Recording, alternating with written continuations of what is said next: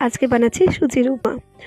ভালো করে কড়াটা গরম করে সুজি দিয়ে নাড়তে হবে অনেকক্ষণ, যতক্ষণ না সুজিটা লাল হচ্ছে। ভালো করে ভেজে নেওয়ার পর লাল হয়ে গেলে সুজিটা নামিয়ে নেবে।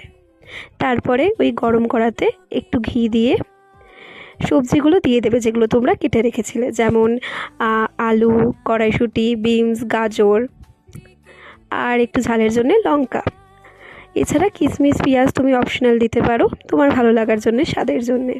তারপর লাল লাল ভেজে রাখা সুজিটা দিয়ে আবার নাড়তে হবে অনেকক্ষণ।